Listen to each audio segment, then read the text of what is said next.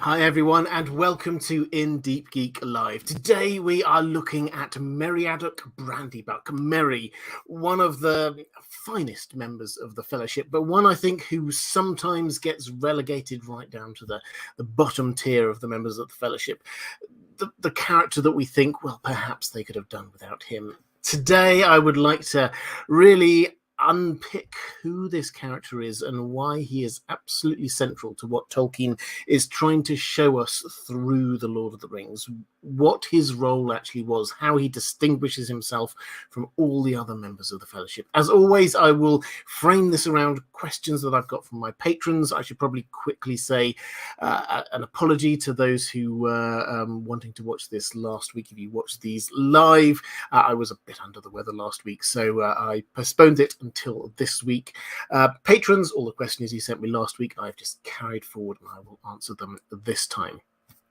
I know that also a few people have got questions about a few of the other things that have been going on in the wider world, like the Dunk and Egg TV show. I will be talking about that in the second half of this stream, but I want to get straight in and talk about Merry. So Merry is one of these characters who, as I say, he often kind of like merges into the background a little bit. That we're focusing on Frodo and Sam and Aragorn, Legolas, Gandalf, all of these really cool characters.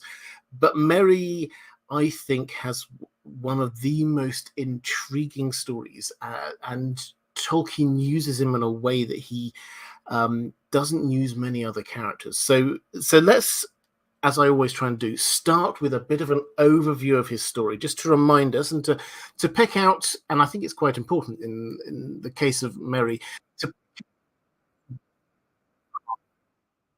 Merry, show Merry. So Merry is, like Frodo, like Pippin, a member of the aristocracy in the Shire. There's no real way around that. He is his father is the master of Buckland. He's a noble, and at the beginning of the story that we know, he is a young man, not like Pippin. We were talking about Pippin a little while ago. Pippin is still effectively, in Hobbit terms, a teenager. Merry's a bit older, but he's still a young man. He's still yet to inherit from his father. But whereas in the films, he and Pippin just kind of stumble into the plot, partway into the Fellowship of the Ring.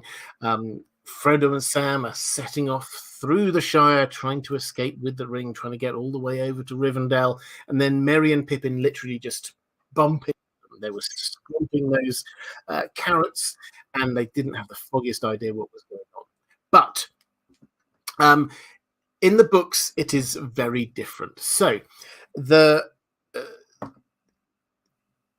Merry is actually the mastermind of what is called the conspirators. Now, the conspirators are Merry, Pippin, Sam, and Fredegar Bolger, who doesn't really get mentioned in the films, but is a really important and fantastic character in the books. These are Frodo's friends, and they figure out very early on not everything that's going on, but a lot of what is going on. And Merry is at the so Merry, we're told, even from before Bilbo's birthday, when he puts on the ring and he disappears, he starts getting suspicions. He sees Bilbo just wandering around, and the Sackville Bagginses are coming towards him. And we all know what the Sackville Bagginses are like. And Bilbo reaches into his pocket and he disappears. And Merry sees this, and obviously he's taken aback what's going on. And he just like scurries behind a bush, doesn't quit, tries to figure out what's going on. The Sackville Bagginses go away. And then he sees Bilbo reappear, and he sees a glint of something as Bilbo takes off his ring and then carries on his way. Now, obviously what's happened is that Bilbo is just trying to avoid the Sackville Bagginses for obvious reasons. But Merry sees this, and he doesn't let Bilbo know that he's seen this. And he starts thinking, there's something odd going on here. Then we get Bilbo's birthday, and Bilbo disappears. And then, obviously, Merry puts two and two together and thinks, okay, so he's done the same thing again. It's the ring. But then a period of, and Frodo inherits and stays there, and a period of time passes and not much goes on. But he pays attention to what's going on with Frodo. And Frodo, um, after Gandalf had been there and started talking to him about the ring, and he then starts deciding he's going to be leaving. This is the plan. And he wanders around the Shire, and Pippin as well at this point starts noticing this. He starts saying goodbye to places and sort of muttering under his breath things like, "Shall I ever see you again, River?" Things like that. I mean, very dramatic Frodo in a kind of understated way. And Merry and Pippin start to get really concerned, and they can't start bringing in Sam and say, "What's going on, Sam? Do you know what's happening? Is he about to disappear like Bilbo did?" This was Merry's concern, that Bilbo put on the ring and just disappeared. Is Frodo going to just do the same thing? They were seriously worried that he was just going to go, and this was their friend. So from that moment on, they keep a very close eye on him, and Sam is recruited as their chief spy. And this is why, if you remember that scene when Gandalf's there explaining all the details of the plot to Frodo, and Sam is outside the window, and he's just like hoiked in by Gandalf, and what did you hear? Well, nothing, except about an evil lord, the end of the world, etc., or whatever. That he was there, and they even comment on it and say, "What on earth were you doing? It's after dark. You're a gardener. You don't trim the garden after dark." So they notice it, but they don't quite figure out what's going on, because what has happened is we get the conspiracy. Now, from this moment on, Sam is feeding them information, and he's saying, okay, so he is going to leave. He's going to sell up. He's going to say he's moving over to buying this place called Crick Hollow, right on the east of the Shire, but really he's going to be heading on. And they come up with this elaborate plot, basically to keep an eye on Frodo, to make sure that he doesn't escape without them.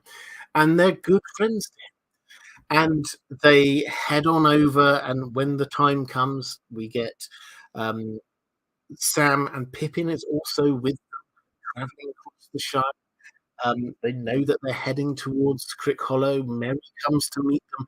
Finally, when they reach Crick Hollow, after all the adventures in the Shire, that's when Merry admits what's.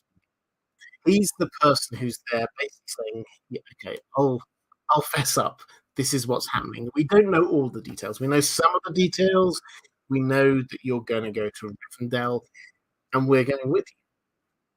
This, I think, is a really important difference between the films and the book, because in the films, Merry and Pippin literally just stumble across the story. They just, if they'd been 5 minutes one way or the other, then they would have just never been a part of the Fellowship. It wouldn't have happened. Here, however, Merry in particular, as well as Pippin, have real agency in this. They decide, whatever the dangers are, they decide they are going to be going with Frodo. They are going to help Frodo. They're going to protect him. He is their friend. They will stick by him.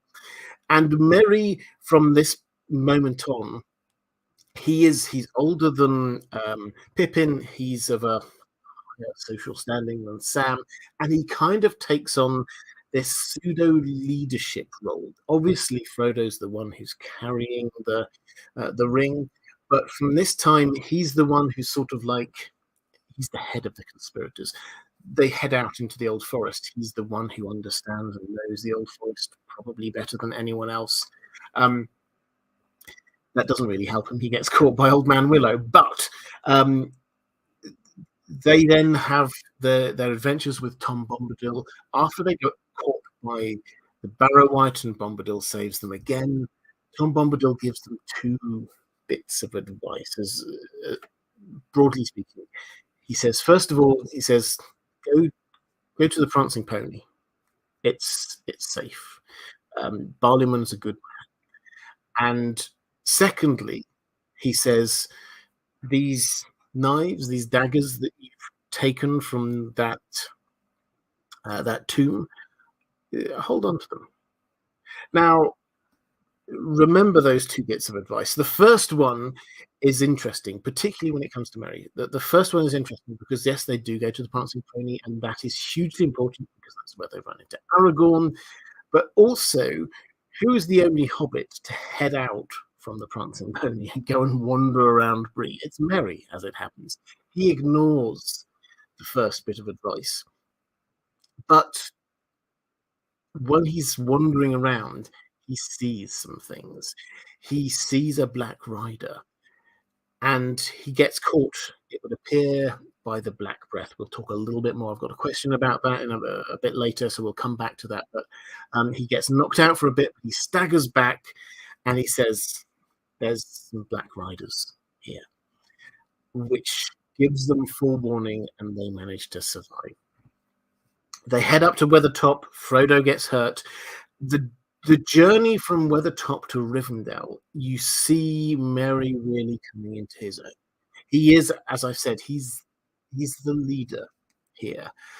Behind Frodo, but Frodo is incapacitated. He is the one who is there talking to Aragorn more than the other hobbits. He's the one who's suggesting things. He's the one who's chivying people along. He takes on this pseudo hobbit leader role. They get to Rivendell, and he and Pippin managed to say, as they did before, we're going with Frodo. It doesn't matter. Whatever you say, we're going with Frodo, and they get allowed into the Fellowship. So they come along with the Fellowship. They have their role, the two of them from this moment on. And I should probably say that Merry and Pippin in the films are very much shown as a double act. They have a huge amount of comedy value there, and I think they do really well with the comedy that the two of them.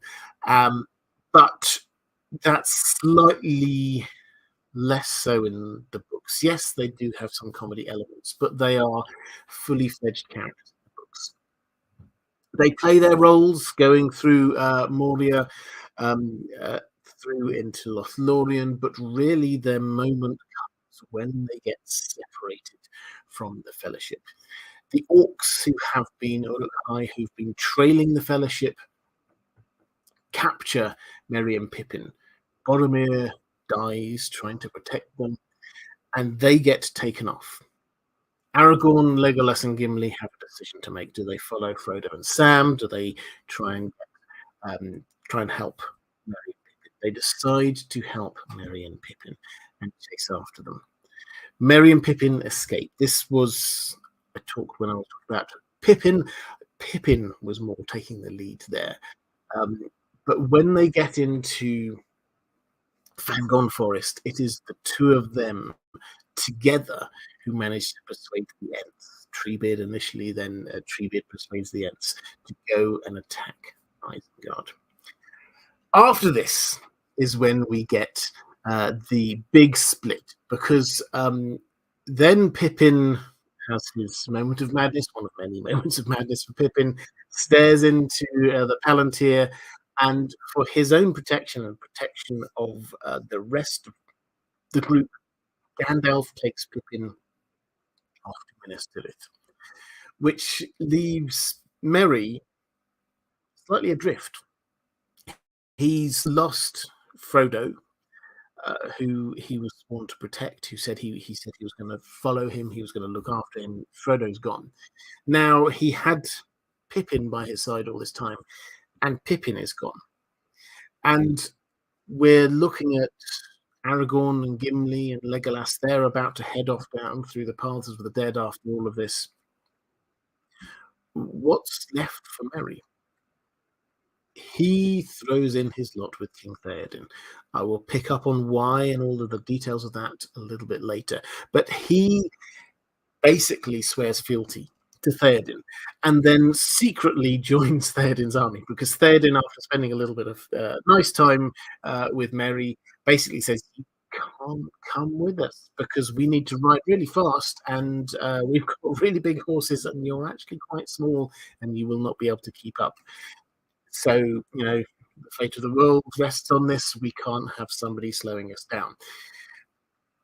But Merry does manage to sneak along because there is one other person who also shouldn't be going along there, Eowyn, and she pretends to be a man, Dernhelm, and she says to Merry, "Come along, you come with me." And there's this kind of little, again, another little conspiracy there because the other knights around them, they know, they know what's going on, but they just allow it because he's brave and she's brave, and they're not going to say no to having brave people along with them.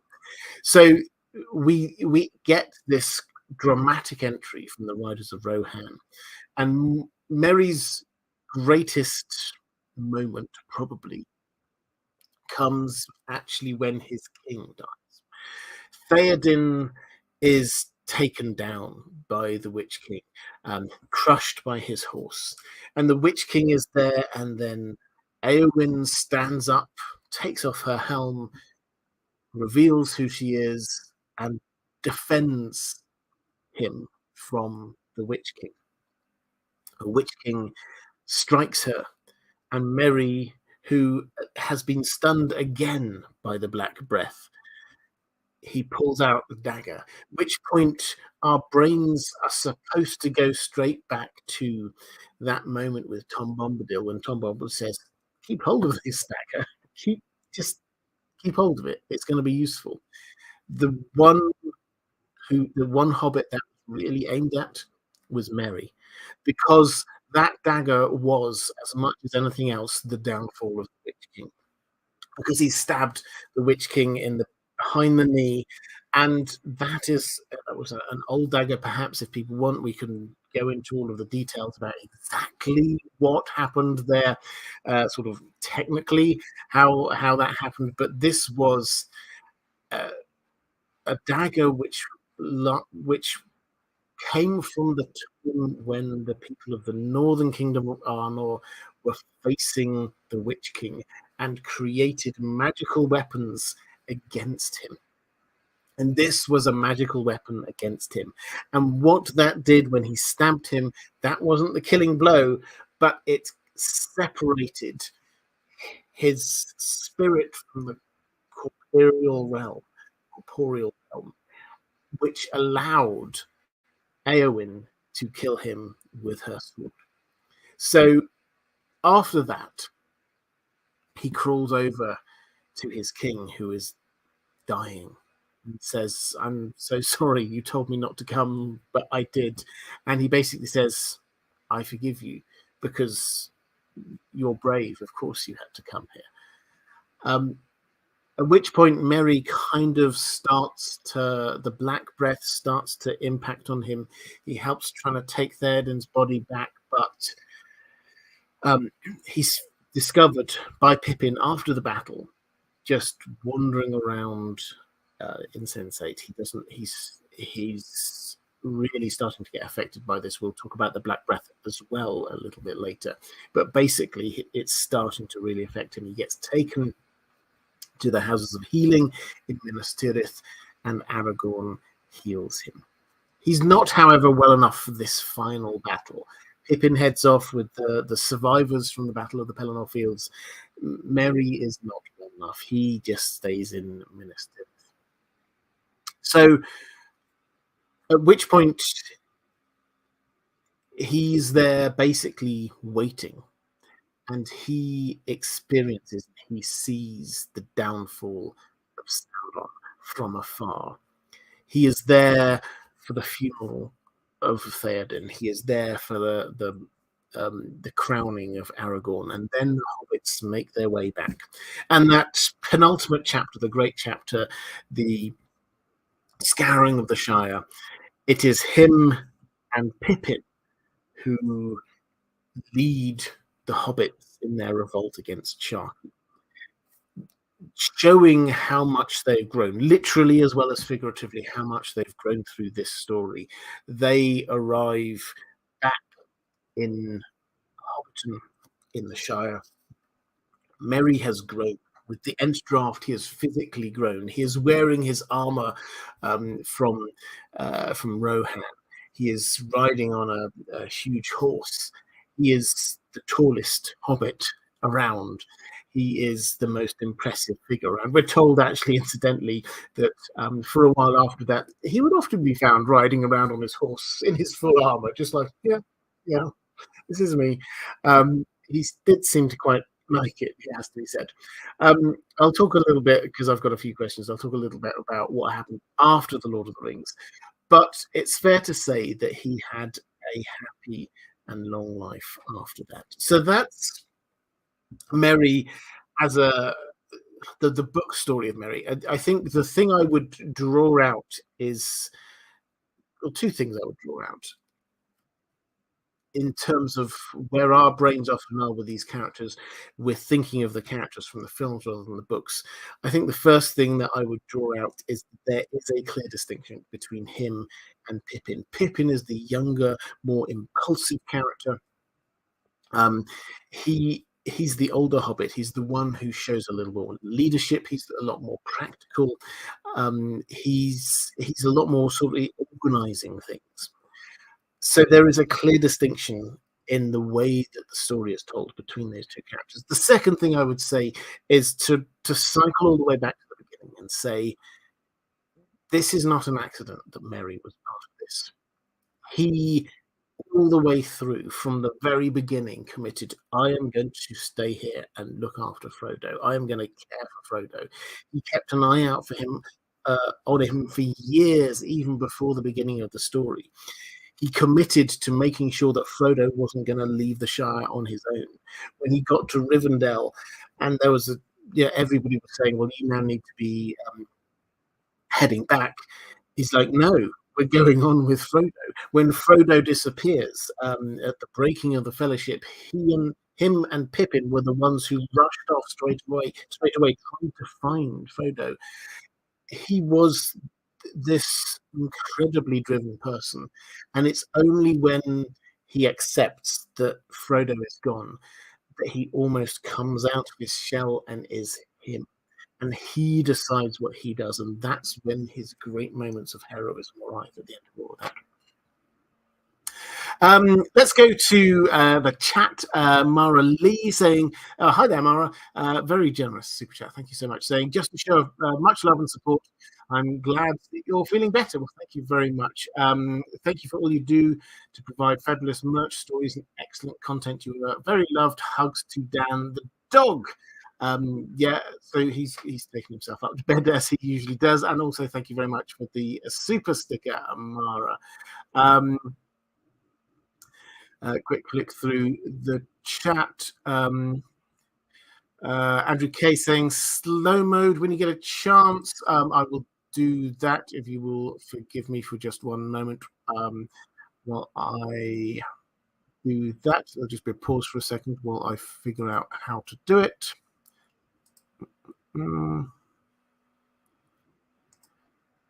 Okay, here we go. Slow mode should now be enabled. Mark Sheeser saying you forgot his finale journey following the summons of Éomer, who was by that time old, wanted to see his friend last time and then continued to Gondor. Yeah, so I will talk about that in just a moment, Mark. I haven't forgotten about it. Do not worry.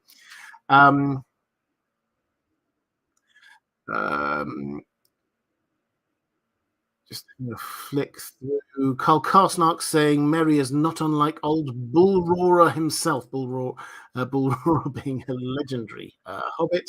Fun fact, a Bull Roarer or a rhombus was the name of a Roman war horn that looked like a skinny sousaphone. Many in real life examples. One of the things, actually, a good, interesting little anecdote about Merry is that he got given a horn this was his parting gift as he headed back up to. I think it was from Faramir and Eowyn as he headed back up home to the Shire, and that horn he used to great effect when they got back to the Shire. It was that horn that he used to be rallying the hobbits, to be rallying people to him. There is a deliberate echo there of Boromir. Boromir had the Horn of Gondor. The Horn of Gondor was this legendary horn that called people, and he used it when he was trying to alert the rest of the Fellowship to the fact that Merry and Pippin were about to be captured by the Uruk-hai. And then Merry gets given the horn, and he uses that horn when he gets back to the Shire to be helping liberate the Shire. So there's a sort of a going full circle there with the blowing the horn. Cloaked One, hi there, Cloaked One. Great to see you. Saying glad to hear that you're feeling better. I am very much so. Thank you very much. Let's go to some questions from my patrons. First of all, Diego Godoy saying, "Hola, Robert. Hola to you. What aspects of Merry's character from the books do you think were well portrayed in the movies, and which ones do you think were missing?" Okay, so the things that I think that they did very well were his bravery that came across all the way through. It was right there in the final battle, but also from the very beginning, he wanted to keep going, and that was very apparent. He wasn't scared. I mean, he was scared, but he overcame that with his bravery. And his dedication to Frodo, that was really clear. And I think sometimes they even added an element to it. There was a bit on the films when they see Frodo and they realize what's happening, and they draw the Uruk-hai away from him. That's not in the books, but that was a really interesting way of showing how they were prioritizing Frodo. So I think they did those things really well. What they showed less well, because they wanted to show or add in the sort of the comedy elements to this, the double act with Pippin, which I thought was really good. I liked it a lot. I think they missed out a lot on the fact that he's clever. He figured out stuff right from the beginning about what was going on with Frodo, how he had to make sure that he didn't escape without them knowing, escape from Hobbiton without them knowing. He's very practical all the way through, and he is a bit of a leader. They didn't emphasize really that bit between Weathertop and Rivendell. They changed obviously Glorfindel for Arwen, and they showed it as much as anything else, that period, as being, this is where we're showing Arwen being cool, which is fine, but it did get rid of the feel that we had in the books of this was a long trudge before Glorfindel appeared. And during that long trudge, Merry really starts to come to the fore. So I think they did really well, but there were some elements that they had to let go. Martin S saying, "Evening, Robert. Hi there. Just joined the live chat. Was the bow Galadriel gave Legolas of much better quality than the one he had as Prince of the Woodland Realm?" Yes, it was, very much so. She gave him a bow that he remarked on how wonderful it was. He always was a great marksman, but there was a moment when he sees something flying up above, and it's so high they can't even work out exactly what it is. It's a fell beast. It's the Nazgul and a fell beast, and he shoots it. This is how amazing this is, and it's not just that Legolas is amazing. It was a really impressive bow. Let's go to a question from Matthias Us saying, "Hello, Robert. this is more about the hobbits as a group rather than about Merry specifically. As a native Briton, what do you think about the use of diverse accents or dialects or sociolects amongst the hobbits in the movie trilogy? Did the choices convey their book personas well? Is it conspicuous that there is so much diversity among these four that all grew up relatively close to each other, or is that something that seems natural? And how well did you think the two American actors did with their effective speech versus the two Britons speaking their mother tongue? Well, a lot of really interesting questions. So, um, I mean, I can speak for myself as opposed to not for everyone from these isles.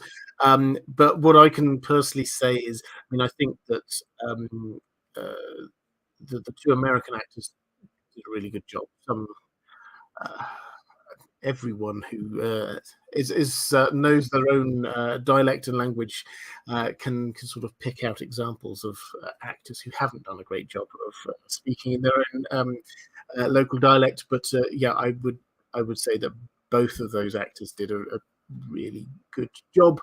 In terms of how natural did it feel for those who didn't know or couldn't pick out the different accents. There were four distinct different accents there from a British perspective.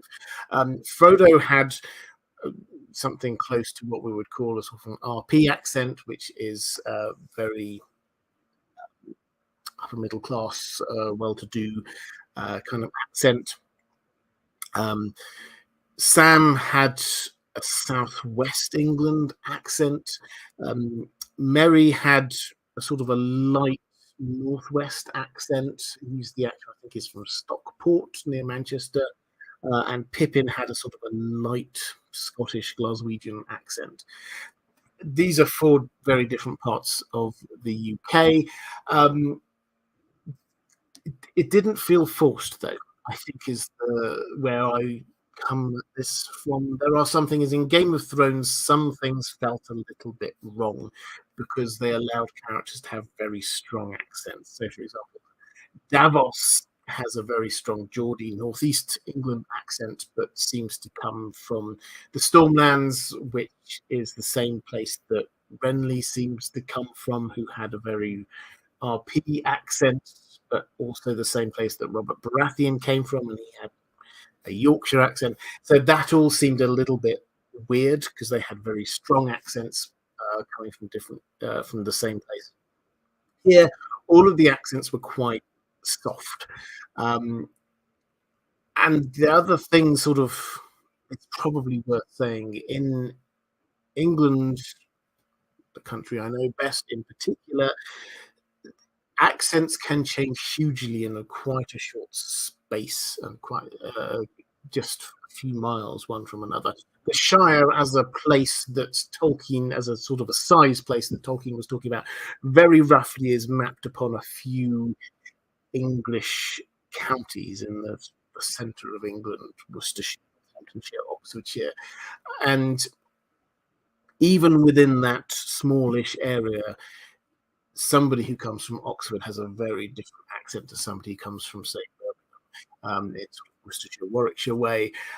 So the idea that the hobbits had different accents, slightly different accents, didn't really great for me personally. The one thing I would say is that I think that Frodo having uh, sort of an RP upper class accent definitely worked well. Sam's accent coming from the southwest, I think, I don't know if I've seen this for sure anywhere, but I'm pretty sure this must be based on the, and I've mentioned this several times before because I think it's probably the best, pure best adaptation of The Lord of the Rings, the BBC radio adaptation that happened back in, I think, the 1980s. That had an amazing cast, and the actor who played Sam in that is Bill Nye, the actor. You may know him, but as a younger man, I think he was credited as William Nye at the time before he became Bill Nye. He took on a Southwest accent, which really, I think, it really works for the character. It works for the rhythm of Sam's speech. And so I was very glad when Sean Astin took on that accent, because I think it works really well, and it works quite well with the Sam dynamic, with the Frodo Sam dynamic. So I think overall I would say yes. As a British person, you can clearly tell there are different accents, and I suppose if you sat back and thought about it, it does seem a little odd. But because they were all soft accents and because they were all well acted, I think it worked well for me. I'd love to know in the chat if there are any other British people, or in fact, if you're not British, whether you could tell the differences there. I would find that absolutely fascinating. Martin S saying, is Galadriel herself skilled with a bow, better or worse than Legolas? We're not told. Galadriel definitely was a more martial figure back in the day.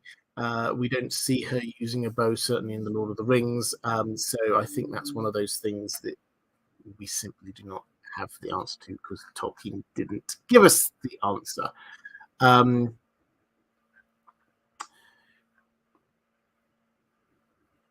Question from Cloaked One, saying, you can trust us to stick with you through thick and thin to the bitter end, and you can trust us to keep any secret of yours closer than you keep it yourself. But you cannot trust us to let you face trouble alone and go off without a word. We are your friends, Frodo. Yeah, that's Merry's little speech. I'll read that again, actually, because it's this is what he says to him, to basically say, we're sticking with you. He says, you can trust us to stick with you through thick and thin to the bitter end, and you can trust us to keep any secret of yours closer than you keep it yourself. But you cannot trust us to let you face trouble alone and to go off without a word. We are your friends, Frodo. So it's almost as if they understood that there's an element in Frodo right from the very beginning, and we see it all the way through to the breaking of the Fellowship. There's an element of Frodo that just thinks, I have to do this on my own. I can't trust anyone else with this. And Merry and Pippin's role, specifically Merry, is to say, no, you have friends. We're sticking with you. We're not letting you go. And it's that when Merry and Pippin accept the fact that they can't any longer help Frodo, that's when they really come more into themselves. And Frodo's journey is the point at which he accepts that he can't do it on his own, and he has to have Sam at least with him.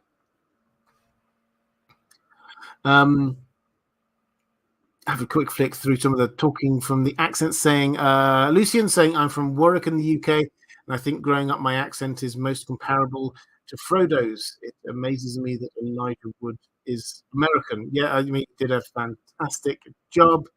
Cole Carsnock saying, I think I can distinguish Northern from Southern Brit, but that's about it. The troops are backwards here in the States, though, where the North is posh and the South is rural. Bear Island, Josh saying, I could tell with no problems, but I grew up watching a lot of British TV. I'm better with accents now, having dated a girl from Sheffield for a couple of years. That's Sean Bean is from Sheffield. If you ever hear him speaking in his natural accent, he uses a bit for Ned Stark, but a very softer version. So Tank saying, I often quote Game of Thrones using a Cockney accent. Yeah, so I think the Cockney thing is interesting in that it's certainly in the films, and it was picked up again by Rings of Power, actually. The orcs are Cockneys. I don't know where that came from. I don't know whether Londoners should feel offended by that, but yes, but yeah, it's.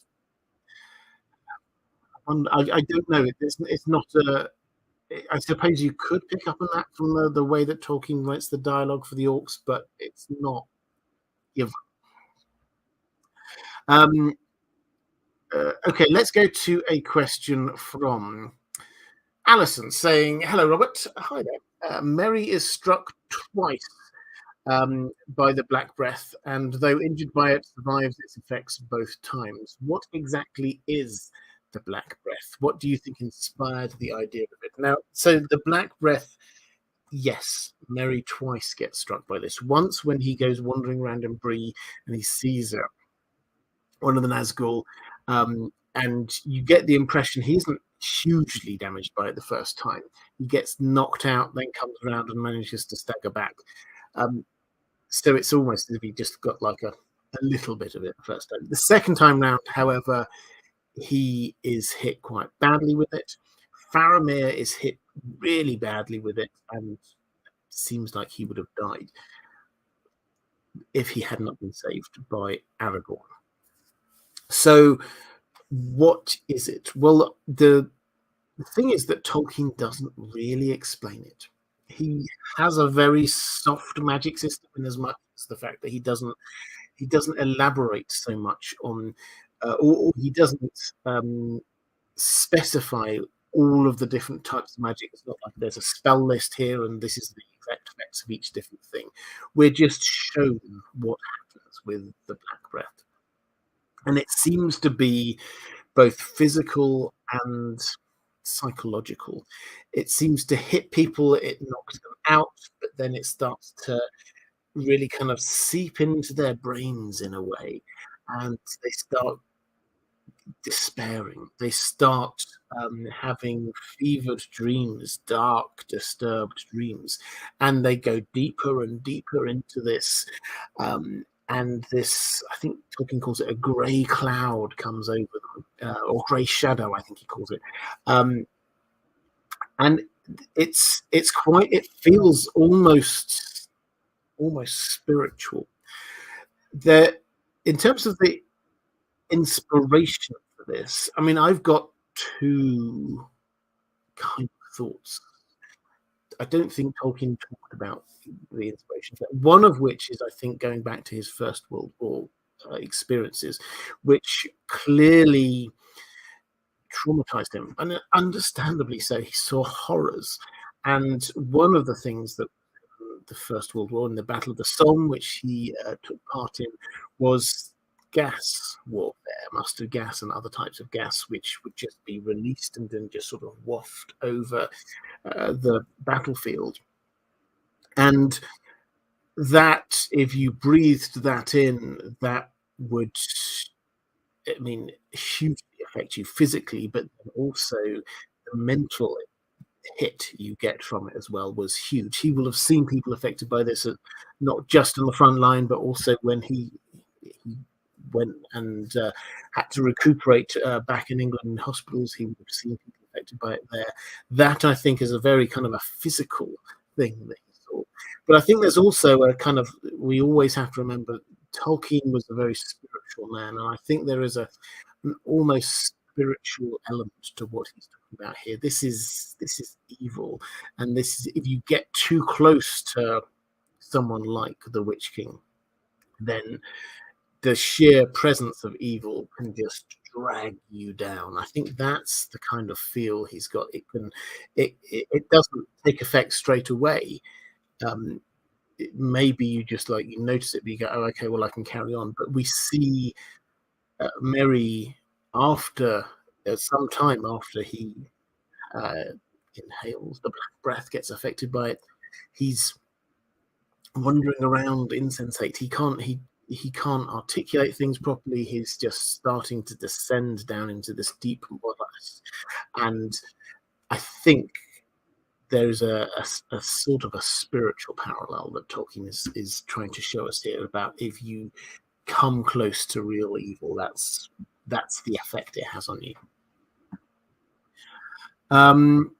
Martin S. saying about alleged racism against orcs, but most moral objections against racism are based on a principle of equal dignity between humans. Such equal dignity is hard to uphold with orcs being a work of Melkor versus Eru-made races.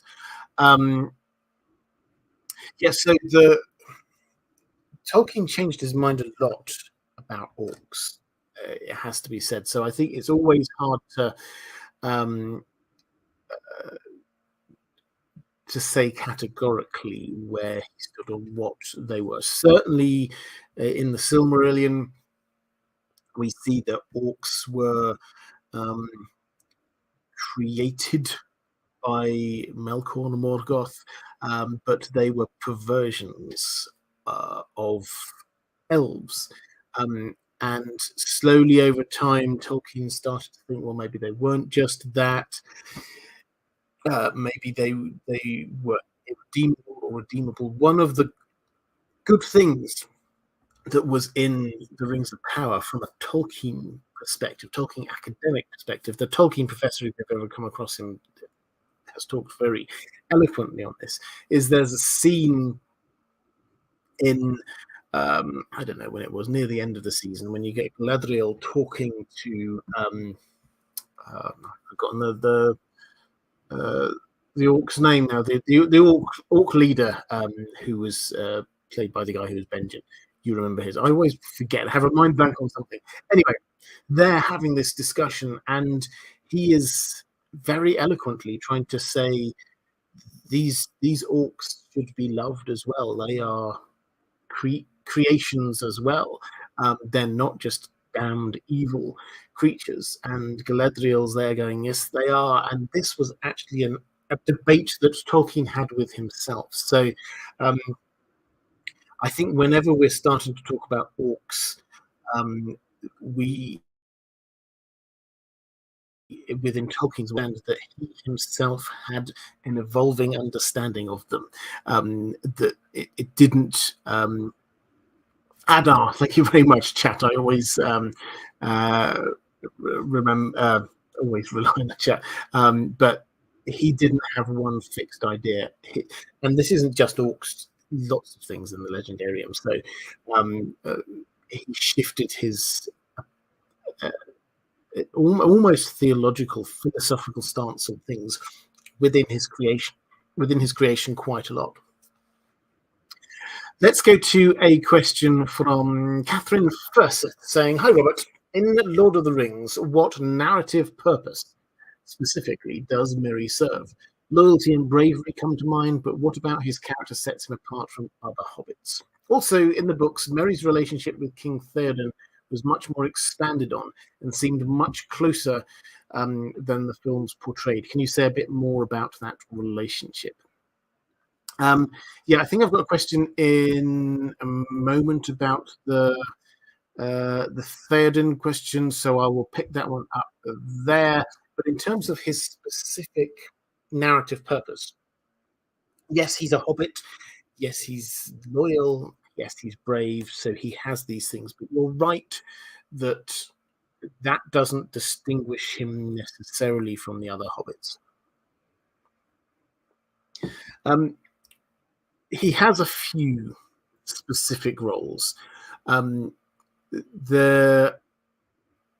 a hobbit, one of his roles is to be there showing I was going to say the human touch, which sort of ironically, when otherwise we could have been left with this story of the 1%. This is in battles between kings and princes.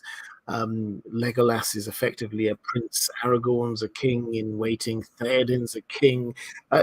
All of these characters are hugely high and powerful, but we're being shown a lot of this story through the eyes of the hobbits, and a large part of this through the eyes of Merry. Now, one thing that Tolkien does is to take Merry and Pippin and to deliberately mirror some of their story, to show the difference between two other characters, the characters of Theoden and Denethor. Because Merry and Pippin do similar things. They offer fealty to those two kings, technically. Obviously, Stuart not king, but the principle's the same. Pippin offers his fealty to Denethor. And Denethor accepts it, and he makes Pippin swear an oath, and he tells him what his responsibilities are going to be. He puts him in specific armor, and he says, "You're going to go and do this." And he tells him where he is in the chain of command. He says, "These are the things you're allowed to do. These are the things you're not allowed to do." Um, and it's very clear what that particular relationship is. Denethor does seem to enjoy having Pippin around, but at the same time, it's clear. Here's your rules, roles, regulations. That's the box you're in. When you get to Merry and Theoden, Tolkien wants us to contrast it because, and I'll get on to exactly why and all of the details of that, but he offers his fealty, and it's not as this, and Theoden accepts it, but not in this very regimented way. He basically just says, yes, of course, welcome. You're now part of the community. And he basically, and Merry says, you will be like my father, and it's to show the difference in relationship. This is not this formal martial thing that Denethor's got going on. Theoden is there welcoming Merry into his family. Two very different responses to two very similar things that those hobbits did. So that's another thing that Tolkien does. He's also used as, and I think that the literary phrase is an agent of providence, and this is to show as a hobbit, he is a character who brings about great change, not because he himself is great, but because the power that's really in charge of all of this is great. And there is huge strength in the things that hobbits represent. So Gandalf talks about Merry and Pippin as being these pebbles that start an avalanche. Merry is there basically killing the Witch King, and he is taking on these huge roles, but and he's being the agent of providence, but not because he's amazing. If it were just Aragorn doing all of these things, we go, yeah, because Aragorn's great. Of course he can. He's an amazing fighter. He's got these. He's got a magic sword. He's got all of the forces of goodness behind him. He's great. He's wise. With Merry, we can't get to those things, and so he is showing that there is a bigger picture going on here. So that's sort of what his literary purpose is. And because that literary purpose is similar to Pippin, even though their characters are different, the literary purpose is similar with Pippin. That's, I think, what leads a lot of people to kind of squash the two together and sort of say they're very similar. They're different characters, but they have a similar literary purpose. Dirk Sir saying, "Hey Robert, I wonder why Merry and Pippin were stealing from the farmer. Wasn't Merry from a wealthy family? Was it just for the fun of the case? Keep up the good work." Thank you very much. This is one of those differences between film and book. So in the film, purely in the film, I think yes, this was just they're out to have fun. They could afford to buy carrots. Of course, they could afford to buy carrots, but they're there just enjoying life. But it's also a nod to the story in the book. Because the story in the book is that Frodo, when they were younger, Frodo would go scrumping mushrooms from Farmer Maggot. And one time he got caught, and Farmer Maggot basically taught him a lesson. And ever since then, Frodo had been scared of Farmer Maggot. And in the book, Farmer Maggot's a bit of a hero, really. and he um, takes in the hobbits, looks after them, feeds them, sends them on their way, and sends them on their way with a big basket full of mushrooms to show that he remembers all of this in the past. This is a nod to that. I didn't. I think in the films, some of the things in the films I disliked the most. I love the films, but the things I disliked was the way that they treated some of the relatively minor characters who are absolute heroes in the books. Farmer Maggot being one of them.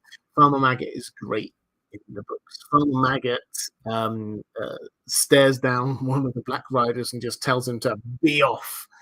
We don't get to see any of that in the films, which is a shame.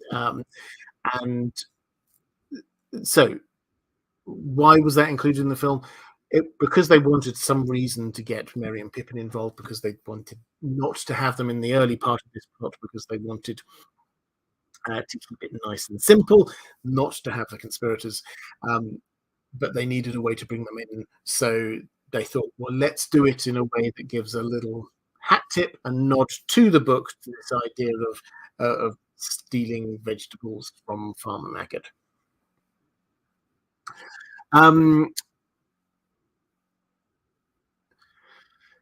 A quick flick through the chat saying, Lanquin's saying Fatty Bulger is a hero too. Yes, absolutely. Fatty Bulger was a hero in the book, as was Bonham and Butterbur. I think all of them were done wrong with being omitted, or their acts of heroism being omitted. Sword of the Morning. How mad is it that the first DVD I watched on my own DVD player in my own home was Lord of the Rings Fellowship? Excellent taste there, sir. MDP saying Tolkien and Lewis at the pub. The Eagle and Child would have loved to have been a fly on the wall. Yeah, absolutely. They had the Inklings, probably the greatest writing critique group in history. Just as roughly halfway through, what I always try to do is say thank you to my patrons. I hugely appreciate your support, which is why I frame these live streams around your questions. If you would like to support the channel, there is a link down in the description. The best way to do that is through Patreon. But also, as a big announcement, in case you haven't picked up on it yet, all of these live streams will be moving soon to my new channel, IDG Live. There's going to be broadly speaking, this main channel is going to be the core videos, the normal indie videos. They're going to be carrying on exactly as before. Hopefully a few more of them.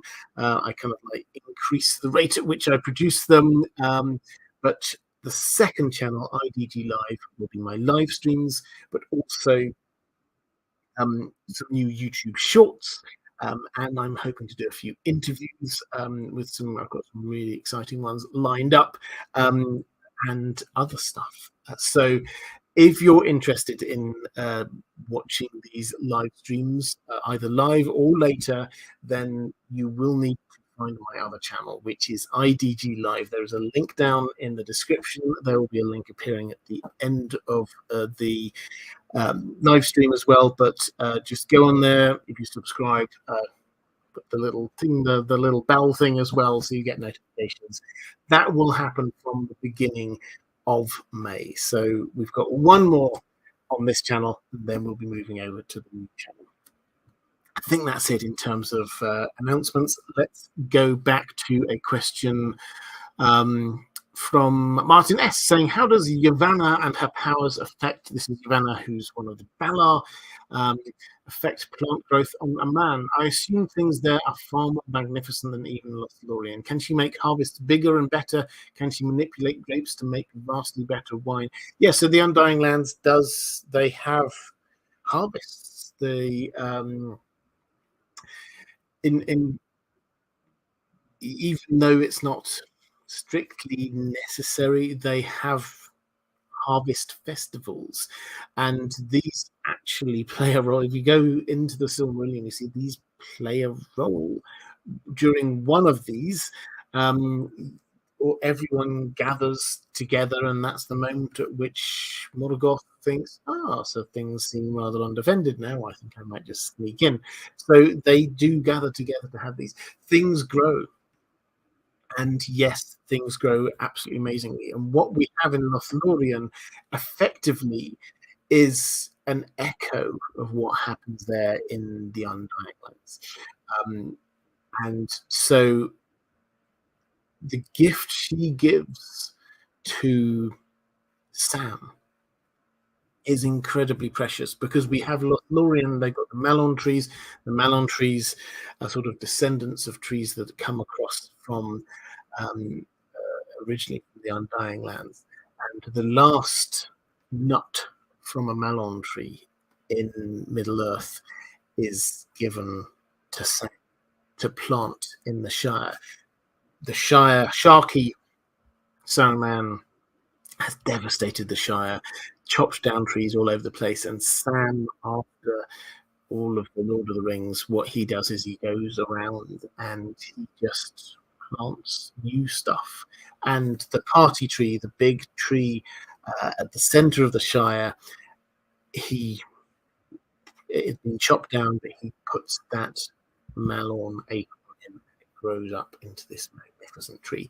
And that is so important because it is, yes, it's descended from many generations, but this is just the last faint echo of the Undying Lands. So this is Joanna's blessing, effectively. Kelly Summers saying Denethor also came off a lot worse in the movies. Not great in the books, but resilient. Yeah, so I mean, he came off pretty bad in the books, I think. But in the books, he was a great man brought low, as opposed to in the films and movies, he was presented as pretty horrible from the beginning.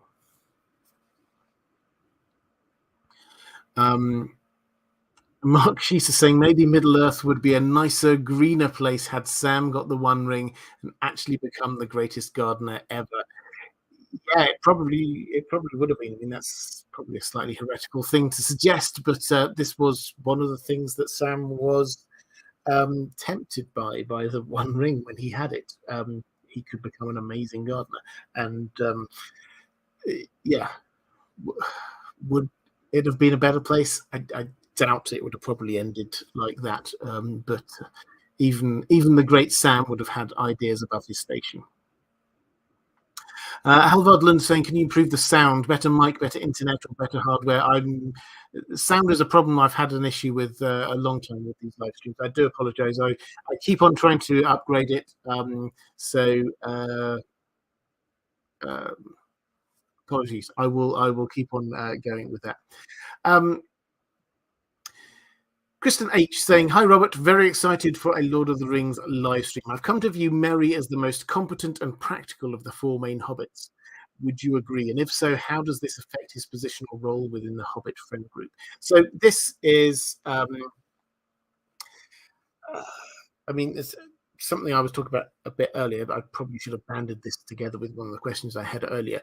But yes, he comes across as competent. He comes across as capable.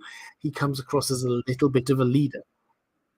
Now, how does that affect his positional role within the Hobbit friend group? Frodo is slightly apart because Frodo is the person carrying this burden. Of the other three hobbits, Merry is the one who takes the lead. Now, Sam will always defer to Frodo, of course. Pippin will always do his own thing, of course. But Merry is the senior of the three of them. So that is the role he takes on. And when Frodo is not well, he is the person who sort of speaks on behalf of the hobbits a lot of the time. Or in Rivendell, he speaks on behalf of Merry and Pippin a lot of the time. Pippin also pipes up as well. But that's the role that he takes on.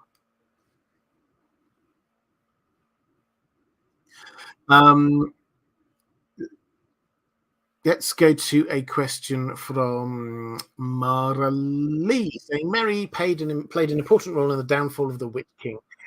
What was that role?" Okay, so the detail of this comes back to that knife. I mean, it was a short sword, really. Um, Way back in time, how this all sort of came about was way back in time. The people of the Northern Kingdom of Ardenor they were of Numenorian descent. They had been fighting the Witch King for a long time. The Witch King, for over centuries, had been slowly wearing that kingdom down, breaking it apart, turning it against each other, and turning them against each other. And they the Witch King was the Witch King because he was a magic user. He seems to have found a way to be creating wraiths of his own, with the Barrow Wights seem to be his creation. And so the people there of Arnor had to come up with a way to fight back, and they came up with these magical weapons that were there to be fighting wights, basically, wraiths. And that was the magic that was imbued in those daggers that the hobbits collected from the Barrow Downs. Now, this is why it was so important that they got rid of that from the film. But so important to get that backstory, because they got buried with a king there in the Barrow Downs and got distributed then by Tom Bombadil, who says, keep hold of these. Whether he had some kind of foresight, we don't know. But Merry kept hold of that all the way through all of his adventures, all the way through to the very end. And when he stabbed the Witch King, that was the use that he had been forged for literally thousands of years ago. This is one of the longest burn kind of payoffs you could possibly imagine.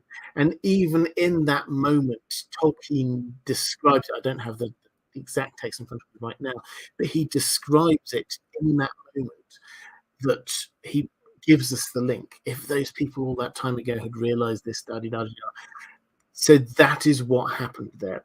And the specific role seems to be to the wraiths, wights, were kept on this physical plane. They were spiritual. They were little spiritual. They were not physical forms, but they were kept to this physical plane.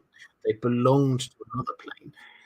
And what that knife dagger did was to sever that link, sever the protectiveness which was there, which allowed Eowyn to strike him down, because his defenses were destroyed by Merry. So that was how it was, and all of that links into that prophecy from Glorfindel all that time, that he, not by the hand of a man would he be killed, and obviously it wasn't. It was the hand of Eowyn, but also not a man, a hobbit. So it was the two of them together who managed to defeat him. But Andy, thank you very much for the super chat. I didn't see a question attached to that. Let me know if there was one. Question from the King of Imps. Saying, hi Robert, a new patron but been watching for a while now. I always like to wait to make sure anyone I support is consistent before I sign up, and I love your content. Thank you very much and welcome. My question is this: what did Merry accomplish after the books finished? Did he play a role in Middle Earth after Frodo had left? George R. Tolkien also asks along these lines, saying, salutations, Robert. To you too, sir. I just wanted to ask you about the life of Merry after the series. Do you feel he went on to live his best life? Stephanie Fredericks said, hello, looking forward to the stream. I would love to hear more about Merry's life after he came home. So I'll wrap all of these together, I think. After I kind of left off at the beginning of this stream, I kind of left off from his story at the end of The Lord of the Rings. We do read that he does ride around in his armor on his big horse, and being very proud of himself for quite some time. But he marries and settles down. He marries the sister of Fredegar Bolger, who we were talking about a lot earlier. Now, one of the other random things Fredegar, he was called Fatty Bolger. They all called him Fatty Bolger. But by the time they get back, he'd been caught by Sharky. He'd been resisting. He'd been caught. He'd been put in a dungeon. He lost a huge amount of weight. And from that moment on, they no longer teased him about his weight. I like to think that it was they'd also grown up a little bit. But anyway, he married Fredegar Bolger's sister, and then sometime later, he also inherited the title of Master of Buckland from his father. This is an inherited title. There wasn't much by way of formal duties, but it meant that he was basically the head of that part of the Shire. But most intriguingly is he then seems to have taken on the role almost of an academic.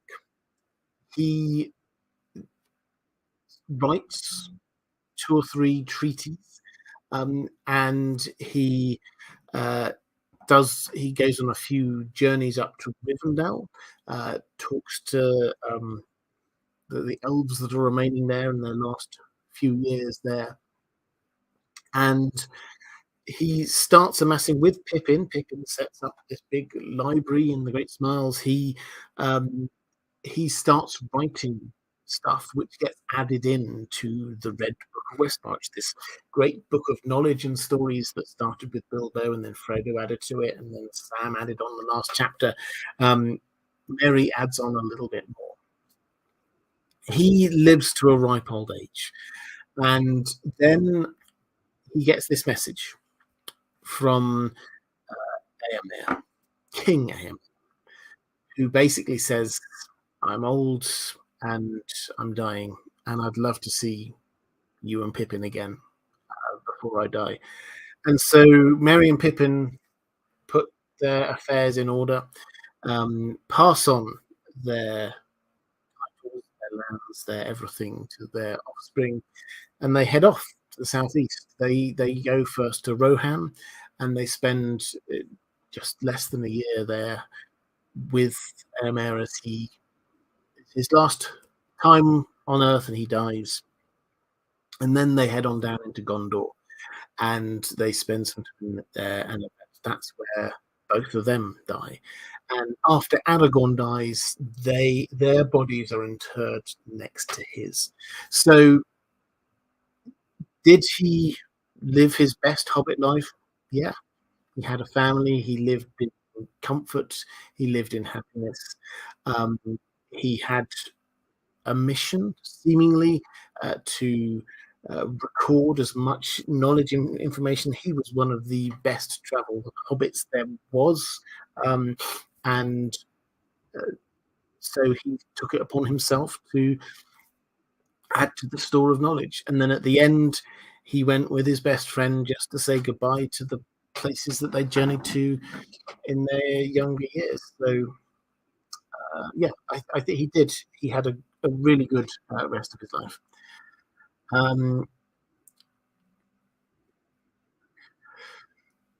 Question Andrew K in the chat saying Peter Jackson's compromises or concessions in the films have to remember the state of fantasy audiences at the time and how trailblazing they were trying to appeal to global audiences back then. Yeah, absolutely. So I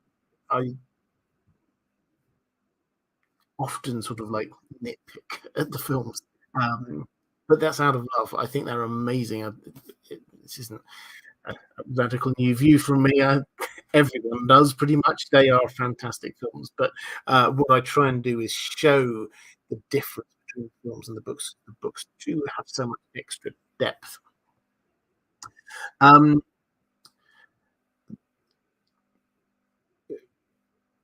Buck One Andy saying, "Oh, no question, just appreciate the live stream." Well, thank you very much. I hugely appreciate that.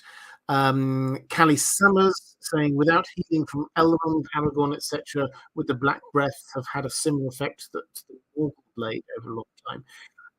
Well, whether it would have been exactly the what seems to have been the effect of the Morgul Blade was to basically turn you into a white to separate, so your soul and your body, and so you just go into the sort of the more spiritual realm.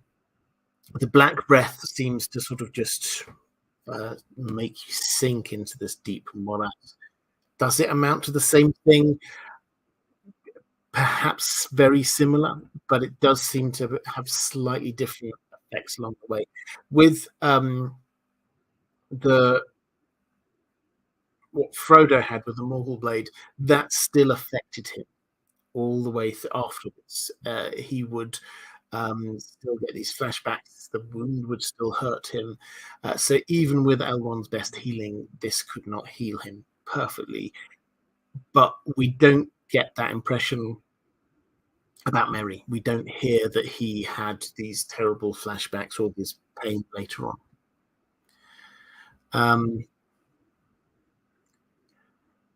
Let's go to a question from Mara Lee saying, why do you think Tolkien chose to separate Merry and Pippin from the rest of the Fellowship? Was it to help show how Sauron's influence was affecting different parts of Middle-earth, like Fangorn, for example? Yes, absolutely. So what was Tolkien doing, separating out Merry and Pippin from the rest of the Fellowship? Well, I think the first thing is to agree, absolutely yes. This is to widen the story. We had just been following the Fellowship all the way through, and then from that moment on, the story's widened out. We have Fangorn Forest, we have Rohan, we have Gondor. We see the hobbits going in different directions. We see the story playing out in a much broader canvas. That is very important. Otherwise, it would have been just a very singular, focused hero's journey, really, going through to try and achieve a thing. This showed the impact of what was going on in a much wider world. Secondly, I think it's worth just pointing out that them getting separated was the logical thing. And it's one of the things that makes Tolkien's stories and world work so well is that this wasn't just that will be a fun thing to do. Goes off and does it. This makes perfect sense. Saruman, of course, was hunting for hobbits. He thought the hobbit had the One Ring. He sent his orcs hunting for them up and down the Anduin Valley. When they find some, they're going to capture them and try and take them back to Saruman. That's actually the logical thing for them to be doing. So this isn't just some random thing. This makes sense as a story. It just makes sense. And then thirdly, I think it's worth pointing out that this allowed Aragorn, Legolas, and Gimli to make a choice, because they could go with Frodo and Sam, or they could go hunting for Merry and Pippin. So that gave them the opportunity to let Frodo and Sam alone, which was needed. They needed to be alone for that to work. It would have been a very different story. And when you start looking at the bigger picture, none of what followed would have happened if Aragorn himself were going with Frodo to Mordor. And he's there, and he's very, he would have followed him all the way there. But they make the decision. They have to make the decision. Who are they going with? Frodo and Sam, or Merry and Pippin? And they choose to go and try and save Merry and Pippin. So, and incidentally, for those who are wondering why they would do that, why not go and follow Frodo and Sam? Two parts to this. We do get. Do you have a question on this? Maybe later. I can't really remember. But we get a very much a question of, firstly, Frodo has decided to go on alone, and he wants to respect that. Secondly, Merry and Pippin are in mortal danger right now, there and then, at that moment in time. And with their hearts, they wanted to save Merry and Pippin and thought they could save Merry and Pippin. So that's why they made that decision. Um, Martin S saying, where in the Shire does Meriadoc Brandybuck live? Where does Samwise Gamgee live prior to getting Bag End from Frodo Baggins when Frodo leaves for a man? Where does Peregrine Took live? Okay, so the Tooks are in Tookland. Uh, the Brandybucks are in Buckland. And Sam lives on Bagshot Row in Hobbiton, which is uh, so we get the Buckland is the bit to the east of the Shire near the Old Forest. The Tooks, I think that's in the north. Then we get Hobbiton, which is broadly in the centre of the Shire, and Bag End is on the hill, obviously, and then you get this row of houses sort of at the bottom of the hill, and that's where.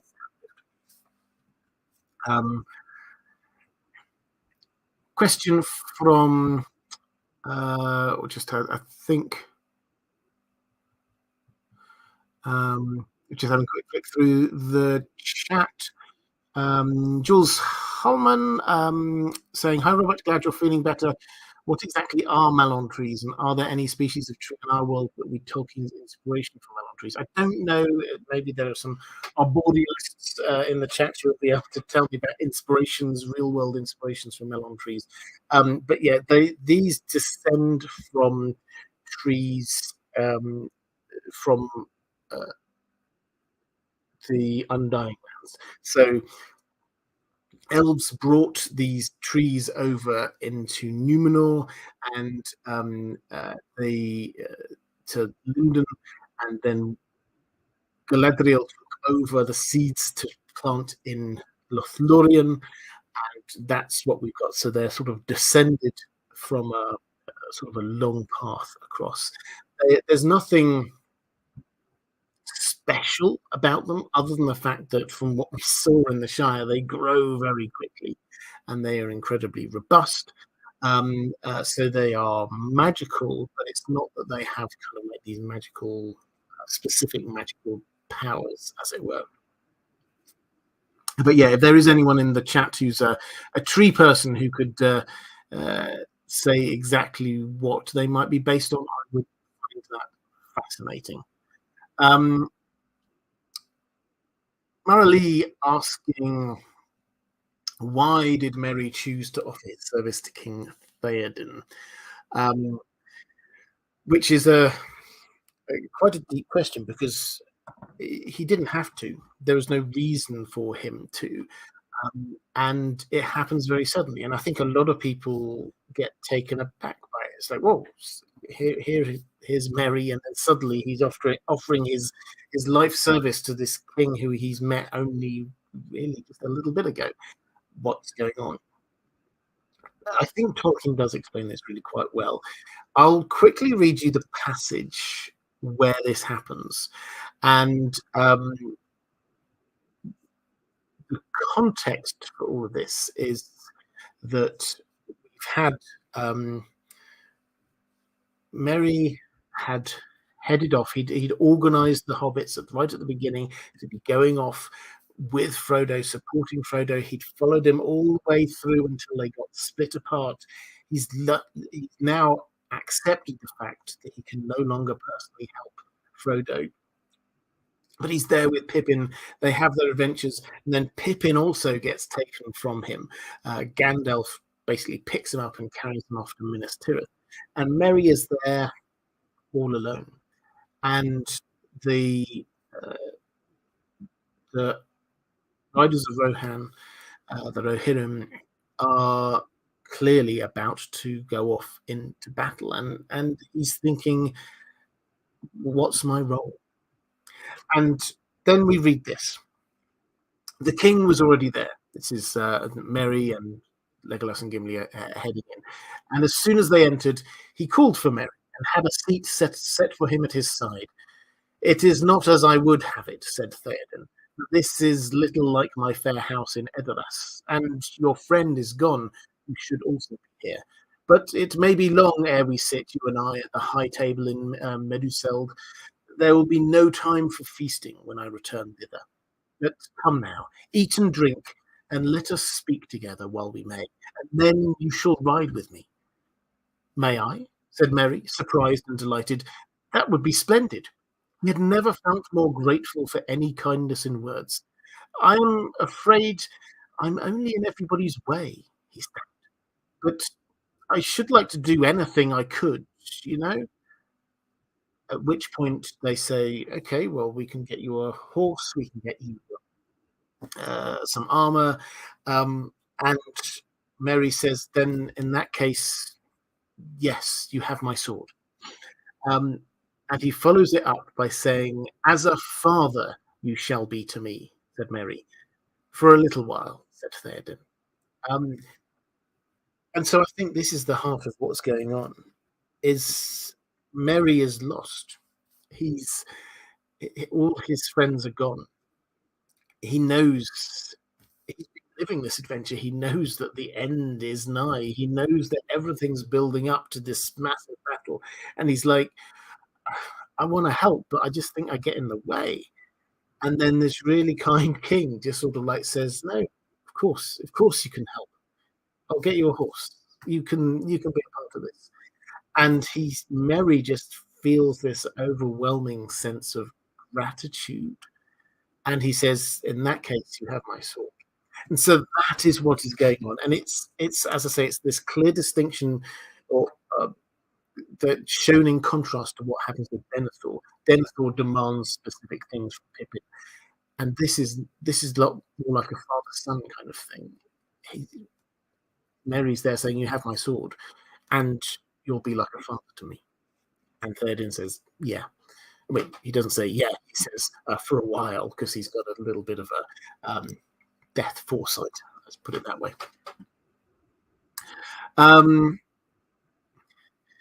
Caius Ballerina, hi there, saying, "Is it intentional that Merry with Pippin and Eowyn fulfills the prophecies in Macbeth? And he helps take down Isengard and the Witch."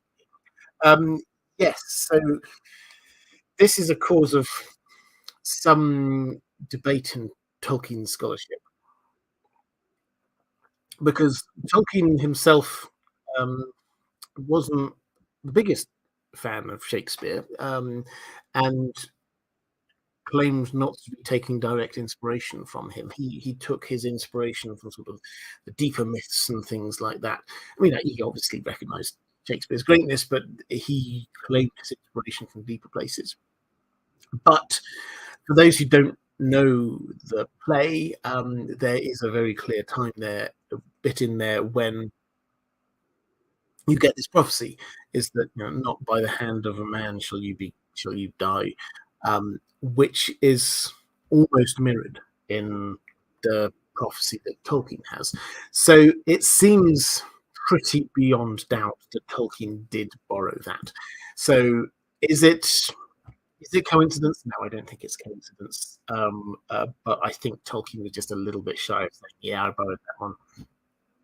It's it works well, and I don't think anyone blames him for it.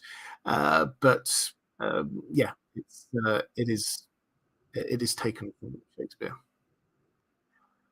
Reki saying following Frodo and Sam would have been a mistake and most likely tipped off either Saruman or Sauron that the hobbits they had captured didn't have the one ring. Yep, I absolutely agree.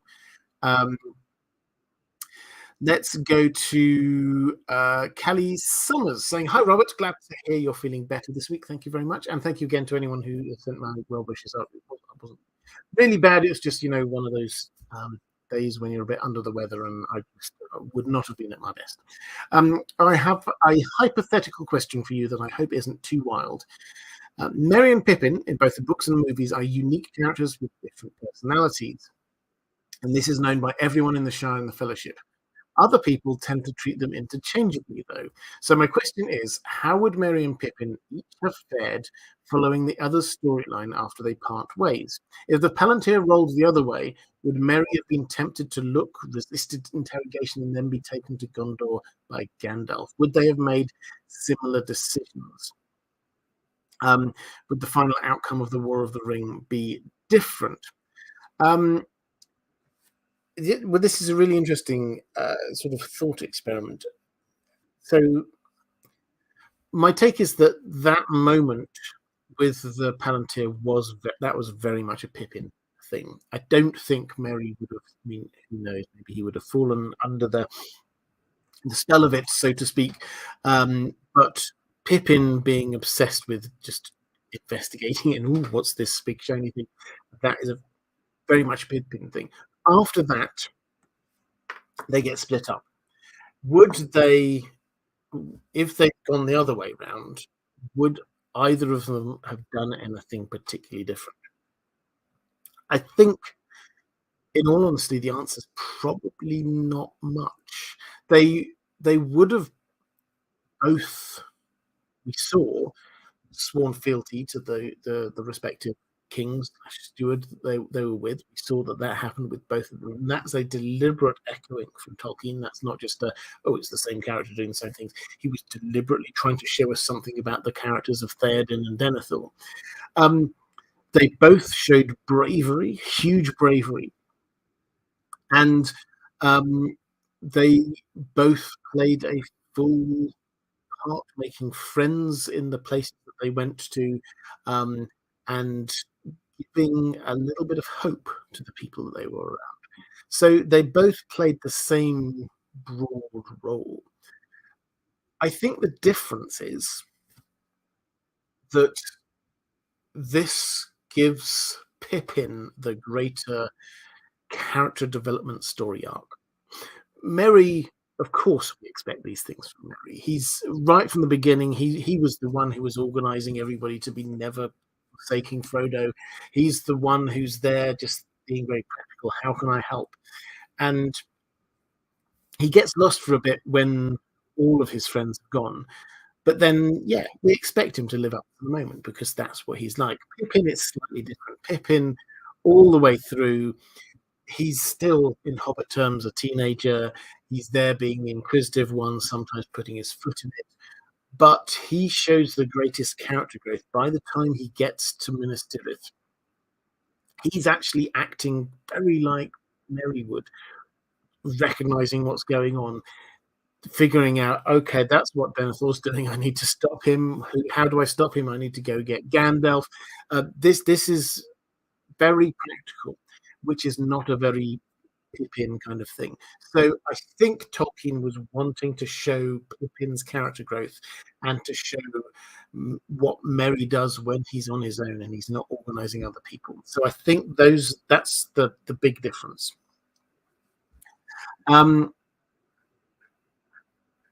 Question from Martin S. Was Finwë and Indis able to have a happy marriage after the tragic passing of Finwë's first wife, Miriel? I get the impression of Finwë might be was maybe a bit more emotionally invested in Miriel, as it were.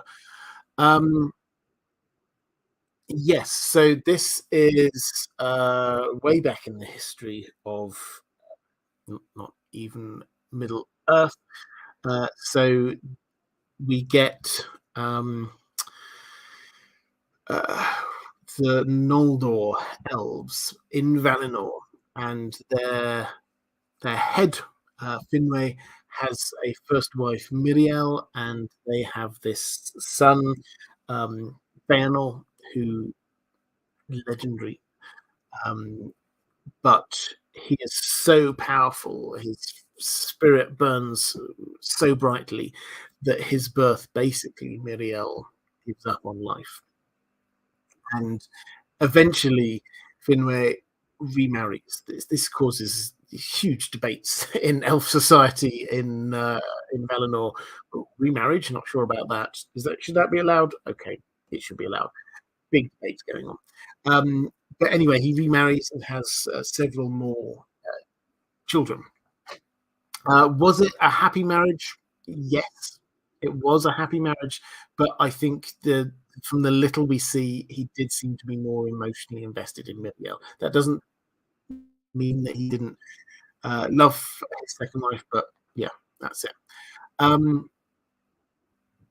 Reflective Rambling saying, one to celebrate this stream being officially endorsed by God's Will, who is also having their first live stream. That's at God's Will, so that's somebody watching. Hi there, at God's Will.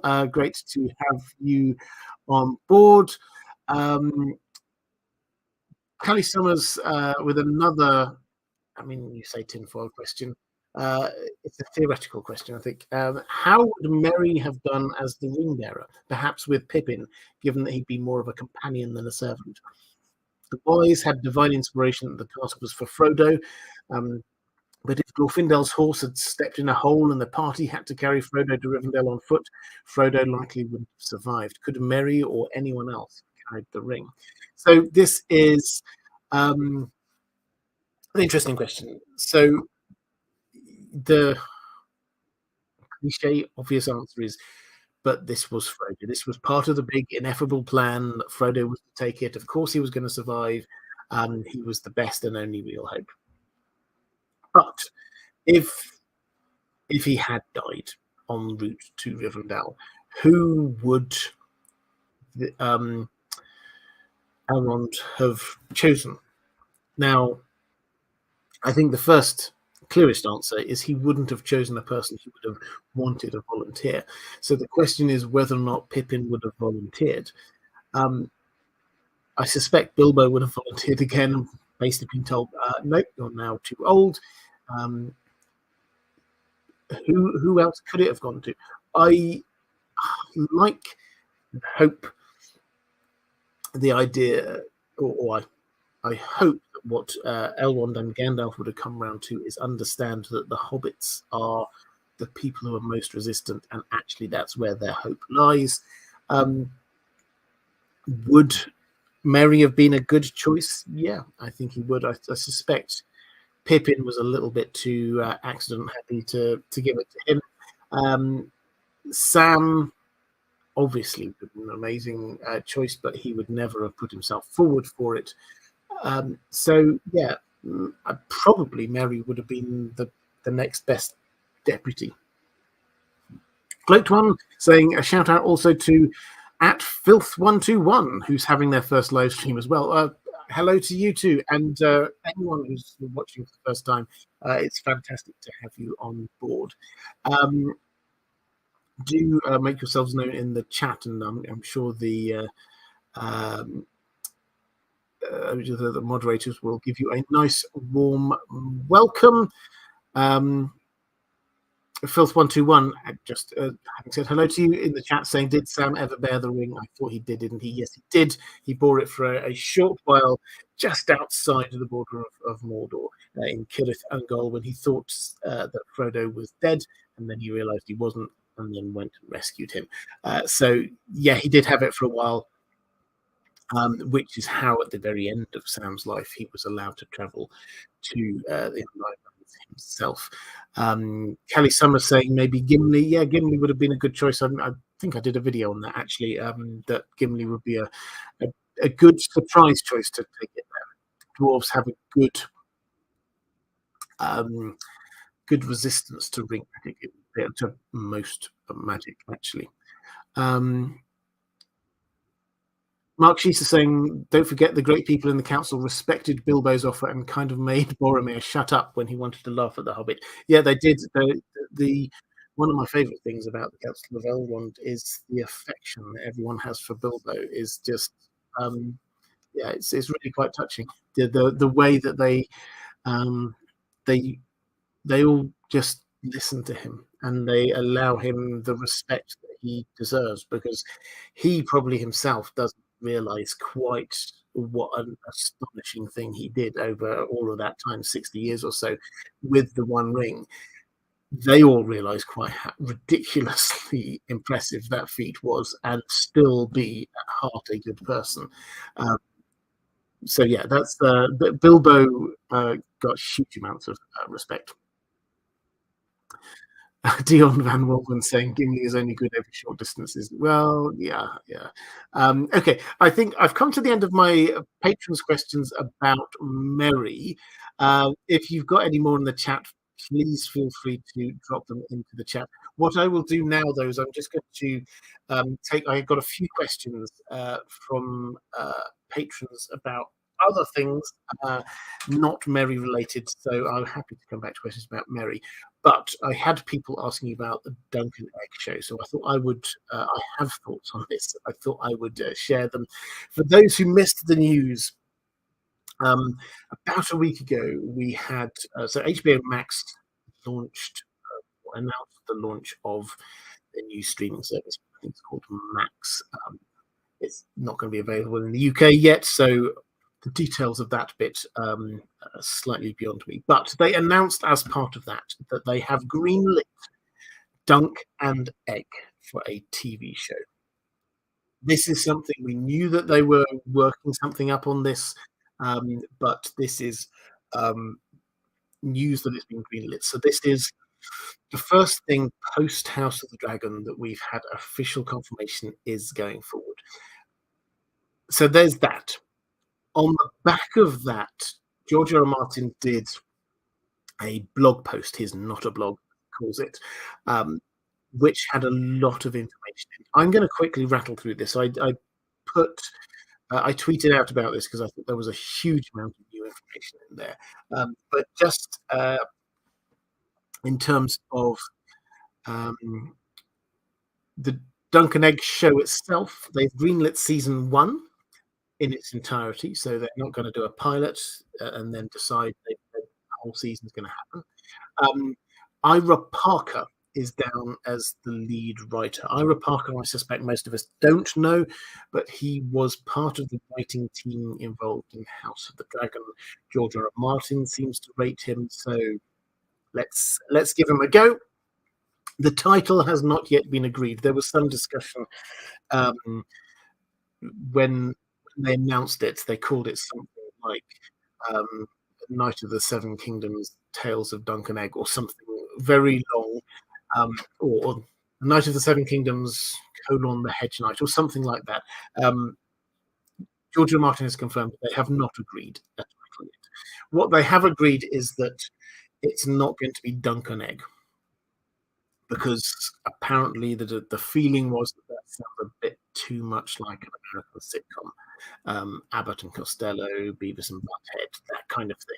So it will have the word knight in. That's the only bit of information we have. But the title has also not yet been agreed. They will do 1 season per story. So season 1 is going to cover the Hedge Knight, the first of the Dunk and Egg stories. And season 1 at the moment is down for 6 episodes. Now, I say at the moment, it's very apparent reading this that the timing of this announcement was to do with the launch of their new streaming service. It wasn't that they've reached a hugely developed point in the development of this show. Where we seem to have reached is the pilot episode 1, has been written and finished and is looking good, according to George R. R. Martin. They've then assembled a writing team who are coming up with drafts for the rest of the season, which is also starting to look good, but they haven't finished doing it yet. And the fact that he is there saying, we think 6 episodes, does seem to show how early they are in this process. That does mean that production's a long way off. Now,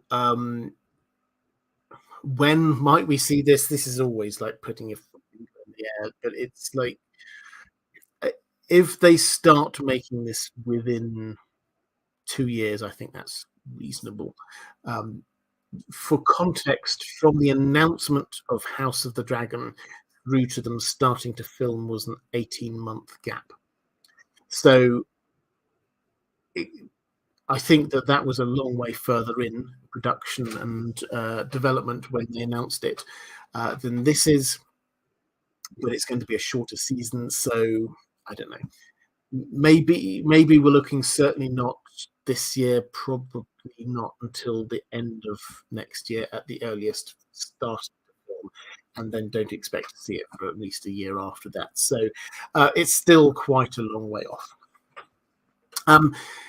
In terms of George R. R. Martin himself, he announced himself on his blog as executive producer for the show, not writer, which is important because the media reports beforehand said that he was going to be co-writing this. Now, uh, there are levels of nuance in this, but from what he was saying, it sounds like he's taking a very similar role that he did in House of the Dragon, which he's taking an active interest in this, but he's not actually writing any specific episodes or anything like that.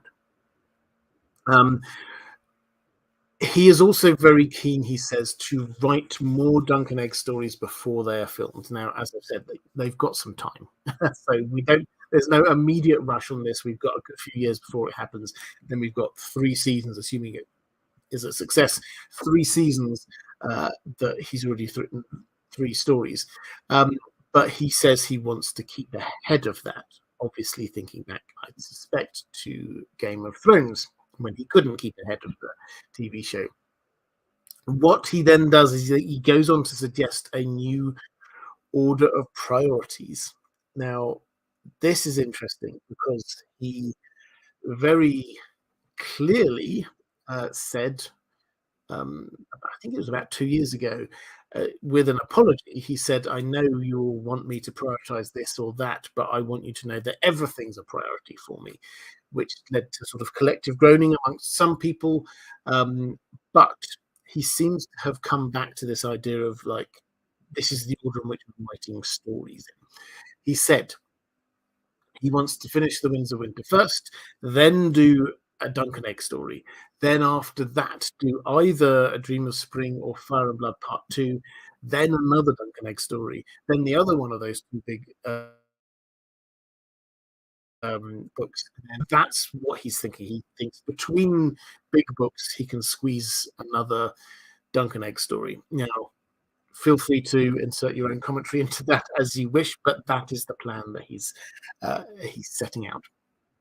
In terms of the Dunk and Egg stories that he mentions, he goes in, he says, he talks about the She-Wolves of Winterfell, which we know is a story that he started writing, got partway through, got stuck and left.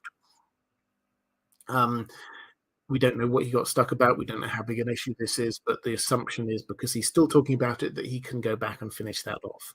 He also talks about The Village Hero, which is a story that apparently he's got mapped out in his mind, but he's not actually written any of. This is another story where from the earlier years of Dunk and Egg, where it's going to be based in the Riverlands, apparently, and probably to do with some interactions between the Brackens and the Blackwoods, which sounds fun. And he also suggests doing a Dornish story for Between the Hedge Knight and the Swan's Sword. Now, and also he says there will be more, many or more than I had once thought. Now, he had once thought 7 or 8, then he went up to about 12. I don't know where this means, but he's thinking at the moment. But he's wanting this to cover the entirety of Dunk and Egg's lives, leading up to the tragedy at Summerhall, which is the end of Dunk and Egg's lives. The 6 stories we've got here, the 3 we've got published, and the 3 he mentions sort of by name in this, not a blog post. They're still even, they're only the first few years or so of Dunk and Egg's life. So whether he's going to sort of like start doing big time jumps or whether he's going to carry on with that, we do not know. But one intriguing thing from this is the fact that he's clearly opening up the idea that he's not writing these in chronological order, because he's talking about writing a Dornish story that fits before the Swan Sword, which means that theoretically he could write some of the later ones and then just come back in and write some middling ones later. So we shouldn't necessarily, and I'm not saying this is what is going to happen, but he's now opened the door just a little bit to the idea that maybe he could finish off the story of Dunk and Egg, Tragedy at Summer Hall, and then come back and fill in some of the detail later. I'm not saying that's what he's doing. I'm just saying that he's opened that up as a possibility. Um, but he does sort of hint, he doesn't say exactly this, but he does sort of hint that he does recognize that that's a lot of writing, it's taken a lot of priorities to take on. So there's all of that. We've also got updates. This was a big blog post with a lot of stuff in there. They also got updates on some of the other TV shows in development. For those who eagerly watch what George R. R. Martin is saying about the TV shows in development, he's basically hinted in the past that there were 9 as of a year or so ago. One of those we know being House of the Dragon. We've got the Dunk and Egg stories, of course. There are 3 more live action ones we know of, one of which is looking at Nymeria, Princess Nymeria, 10,000 Ships, Down in Dawn, one of which is looking at the Sea Snake, which is looking at the 9 voyages there of Corlys Velaryon, one of which is this Jon Snow spin-off, a sequel rather than a prequel. Those are the 3 other live action ones. He says there are also some anime things they're trying to do. He name checked a Yeti based story. The news broke a few months ago. He said that some have now been shelved, and he was quite optimistic about this. He said just because they've been shelved doesn't mean they can't be taken back off of the shelf, so don't think that they're never going to happen. He didn't say which ones these were. We were all obviously speculating. I and some others speculated that maybe this could be the bigger budget ones that have sort of been shelved, like the 9 Voyages or Nymeria. Turns out not. He specifically says both of those are still in development. In fact, on the 9 Voyages, the Sea Snake ones, the Corlys Velaryon story, he was working on that last week, he says, or 2 weeks ago now. So this is in active development still.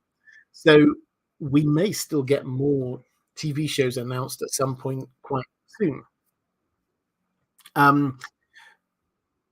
So what does this all mean? Well, he clearly still wants to be involved in all of the TV shows. He still has huge amounts of books and stories that he's trying to write, but he is trying to prioritize a bit more now, it would seem. In terms of timing, Dunk and Egg certainly won't come out before season 2 of House of the Dragon, which is now in development. I'd be shocked if it comes out before season 3 of House of the Dragon. So it's possible it might come out if House of the Dragon runs to 4 seasons, which is what it's looking like at the moment. It's possible it may come out just before season 4 or just after season 4. So basically, that will be sort of carrying it on. So we're not going to be having, at the moment, we're not having lots of these things running at the same time. So with that, Diego Godoy said, exciting news regarding the Dunk and Egg series. What are your thoughts? 444 said, I was not sure about the Dunk and Egg TV series concept. I've always imagined this as a series of films, but House of the Dragon proved that they are quite good at expanding content beyond what was written by George R. R. Martin. Yeah, I think all I would sort of react in addition to what I've already said there is I'm excited. I like this idea. I was reassured by them saying this is just 6 episodes at the moment, because these are just short stories or novellas. I think technically they would run easily to a film. You would probably have to trim a few little bits to make it into a film, but for a full 10-episode season, that feels a bit like a stretch. 6 episodes seems to me that they've chosen the length to fit the story they want to tell, rather than the standard 10 episodes that they do for House of the Dragon and they did for most of the time on Game of Thrones, not even the 8 episodes that we get for uh, other big budget fantasy shows like The Witcher or Rings of Power. They appear to have decided, well, this only needs 6. And I like that. I like the idea that they've picked the length of it by what the story requires. So I'm definitely willing to give this a shot. We're still in very, very, very early days. We're not going to get anything like casting for a long, long time, I'm sure. So keep an eye on it. The other things are still in the works. We may get some more announcements at some point, but I was expecting an announcement a lot earlier than this, it has to be said. But I'm excited. It's good. Duncan Egg is a fantastic set of stories if you've never read them. I would highly recommend the audiobooks in particular for that. I think they're fantastic. The Lady Eternal saying, good time zone to you, Robert, and to you too. Thanks as always for your tireless work. Who is your dream casting for the main Duncan Egg characters? I don't actually, I've been thinking about this. I don't have a dream cast for them. I want them to be unknown actors. Egg in particular should be a boy, a young boy at the time. So anyone that I see around now would be too old by the time they actually cast this and film this. So I want a completely new thing there. Dunk, I mean, I thought a couple of years ago, probably the best person, I've forgotten his name, but Umbrella Academy, he's the really tall guy. I thought he would have done really well. I think he's now starting to get a little too old for this, because Dunk should also be an old teenager at this stage, so he should also be quite young. So I think I would quite like new actors for this, which makes it quite hard. But the Game of Thrones and House of the Dragon casting team have done a fantastic job picking. I mean, I struggle to think of an actor for either of those shows that I go, oh no, that wasn't right. So I think they've done a fantastic job there. So I think they've earned my trust on this one.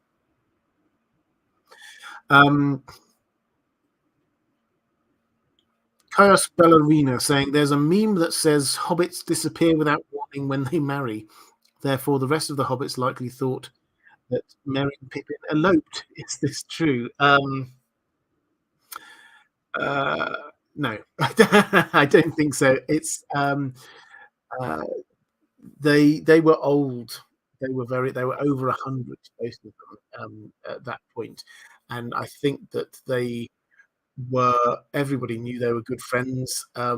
They deliberately, this wasn't a disappearing. They set their estates in order, and then they said, "Well, we're heading off to here's this invite. We're heading off."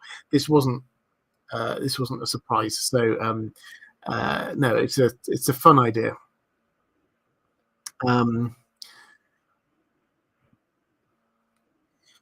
Question I think I had. Andrew Kay saying the She-Wolves of Winterfell, I expect, is not far from completion anyway, so that should be not too far off. It's just worth saying, actually, incidentally, She-Wolves of Winterfell is a working title and is almost certainly not going to be the final title. We've been calling it that for years because he once called it that, but that's not what it will be called. And it's not far from completion in terms of page numbers, I suspect. But if he got stuck, and we don't know what he got stuck about, so if it's like the Rooney's Knot, which he talked about when he got stuck in, previously with the Song of Ice and Fire, that took him a long time to undo. But I think the good news for this is the fact that he's talking about not just that and saying, I have to do this before I move on to something else. If he does get stuck on that, he could go to something else. and then something else, and then come back to it. So um, it wouldn't surprise me if we get the village hero next, and because he's got it mapped out in his head, and he should be able to write those kinds of things relatively swiftly. Green Dragon Reprise saying, I joined late and I'm watching at 1.5 speed. Don't forget, Mary also wrote the history of pipeweed, very important in the Shire. Absolutely. A quick flick through. In Deep Geek, Andrew Case saying these quotes seem very eerily similar to the ones during Game of Thrones about keeping ahead of the series or adaptations. Just wish he wouldn't put such pressure on himself. Yeah, he does put pressure on himself to do things. This should be easier. I'm trying to give him some wiggle room here. This should be easier because each of these novellas is relatively short. The three of them collected together is the size of like an ordinary paperback. It's not like a massive normal George R. R. Martin novel, and he's not having to weave lots of complicated strands together. It's just one small contained story. So it should be possible, and it should be easier than Song of Ice and Fire. Martin S. Back to a Tolkien question. What is up with the pattern of elves counted as Noldor, although some of them have mixed elven heritage, disproportionately having names starting with F, whereas Vanyar names start with I? No such pattern with Teleri. Yeah, I don't know if Tolkien ever explicitly addressed this, but it does go for, and it's mostly just families. So Finarfin and Fëanor and Finwë and things like that, all beginning with the same letter. I think this is just family names that he just goes with, that they have those kinds of names, and it does get a little bit confusing, I think, for readers of the Silmarillion, but at the same time, it helps you remember. Once you get into it, it helps you remember a lot of the relationships, because oh yeah, if they've got a name beginning with F, there's a good chance they're one of the Noldo.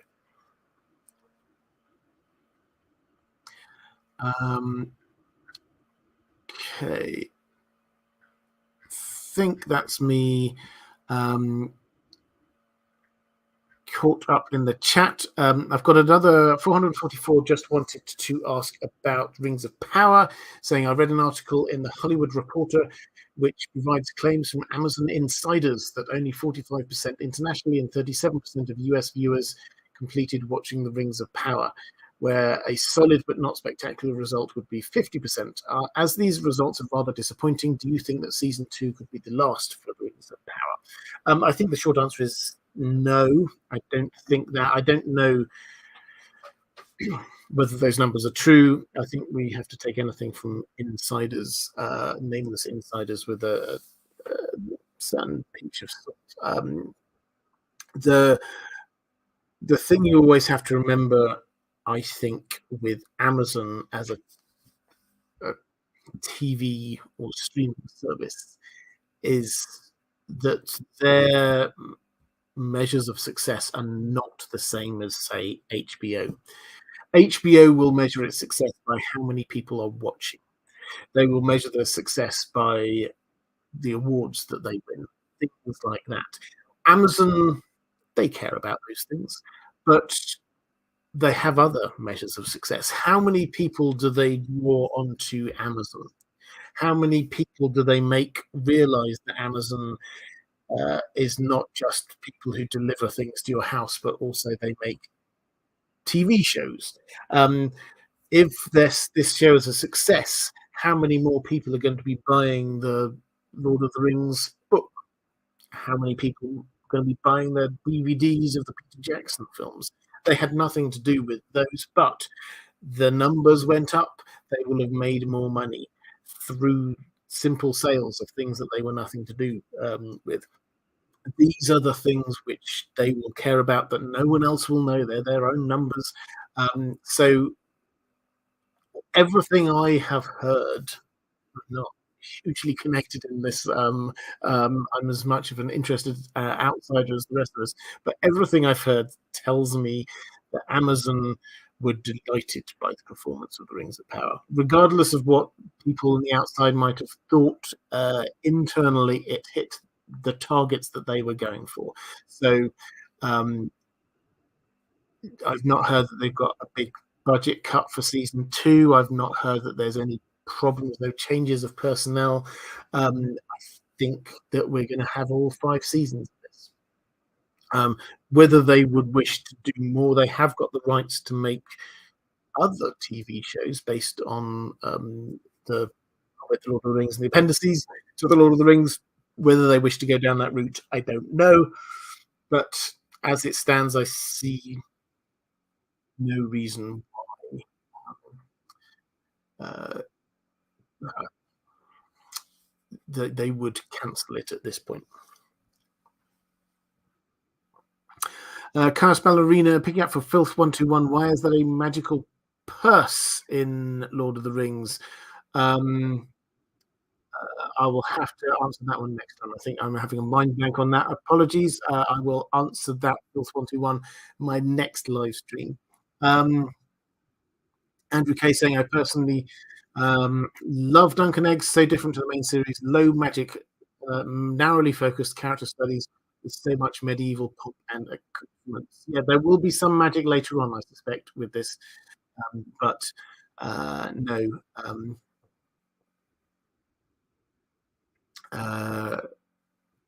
Carl Karsnark saying Duncan Egg delightfully linear in a good way, a classic coming of age tale about what it means to be a king or a knight or a good guy.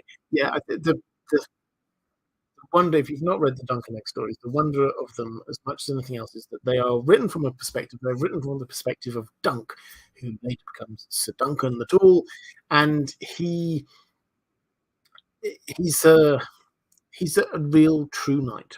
He's a good person at heart. He's not perfect by any stretch of the imagination, but you're rooting for him in a way that you're not really for anyone in A Song of Ice and Fire. Bless them, but all of George R. R. Martin's characters in The Song of Ice and Fire, the faults are on display for everyone to see. You may enjoy some characters, you may like some characters, but I don't think there's anyone there, with the exceptions of people like Sam or Brienne, that you would just root for all the way through. Dunk, all the way through the stories, you're just always on his side. You just think, yeah, go on. Yeah, I want good things for you. And that adds to this kind of optimistic, light approach. So I very much like it.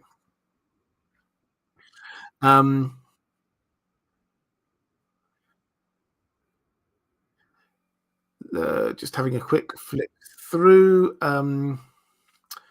Mark Sheeser saying maybe they mean in The Hobbit. I remember one of the trolls had a purse that was magical with some kind of thief protection. Oh yes, there was. Let me answer it fully next time, though. I think that's probably there, rather than sort of floundering around for a few different things.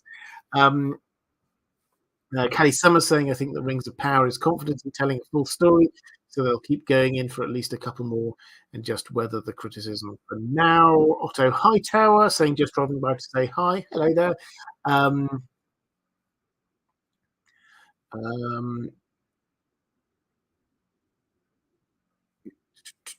Have a flick back. Oh yeah, reflective rambling, referring people onto the Well Told Tale, which is one of my other channel that I have, which is separate to this, and it's just focused in on me audio narrating the best science fiction and fantasy stories ever written. So if you like audiobooks, and if you can suffer me reading them to you, then please do go and check that out. Also available as a podcast. Martin S. saying, what is up with the Shire calendar? The wine vintages in the Shire seem to be based on Shire calendar year. Is it the year since the foundation of the Shire? Yes, that's it. So we get year one of the Shire is the year that the Shire gets founded. So there's always like this 2 different years. We get the year of the Third Age, and then you also get the Shire year. They're a couple of thousand years difference. So yeah, it's a narrative as much as anything else. It's a narrative device to show that the Shire is cut off from everywhere else because they don't know or care what other people count as being the years that they're in. They set up the Shire at that point, and from that moment on, they've just been doing their merry things. So yeah, that's what's going on there.